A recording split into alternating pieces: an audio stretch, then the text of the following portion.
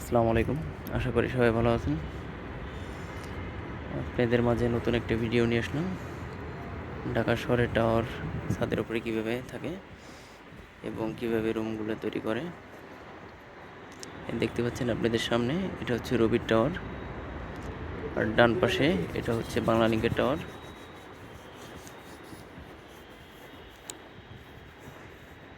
দেখতে পাচ্ছেন ট্রান্সমিশন যেটা লিঙ্ক, আমরা লিঙ্ক বলি। লিঙ্কগুলো যেভাবে লাগানো থাকে ছাদের উপরে। ইকুইপমেন্টগুলো সব টাওয়ারের পোলের সাথে ঝুলে, যেমন RRU, মাইক্রো এন্টিনার, জিএসএম এন্টিনার। এখানে কোনো জিএসএম এন্টিনার নাই। বিল্ডিংয়ের উচ্চতা বেশি হওয়ার কারণে জিএসএম এন্টিনারগুলো সব দেওয়ালের সাথে লাগানো, বিল্ডিংয়ের দেওয়ালের সাথে।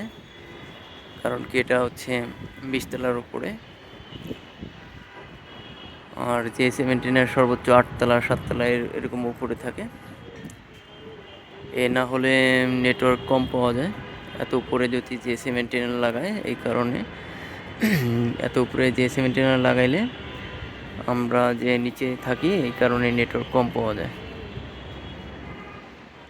এই দেখতেছেন, এটা হচ্ছে রবির টাওয়ার, রবির বড় সাইড। আর এইখানে যে বাংলা লিংকের, এটাও বড় সাইড। এখান থেকে অনেকগুলো টাওয়ারের লিঙ্ক আছে। হিসেব করলে আপনার 100-র উপরে, এই সাইডের মাধ্যমে 100-র উপরে লিঙ্ক আছে।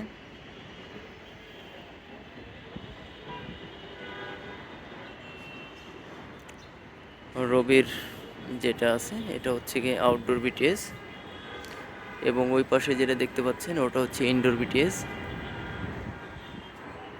আর এটা হচ্ছে বাংলা লিংকের, ডান পাশে যেটা বাংলা লিংকের, এটা হচ্ছে ইনডোর বিটিএস।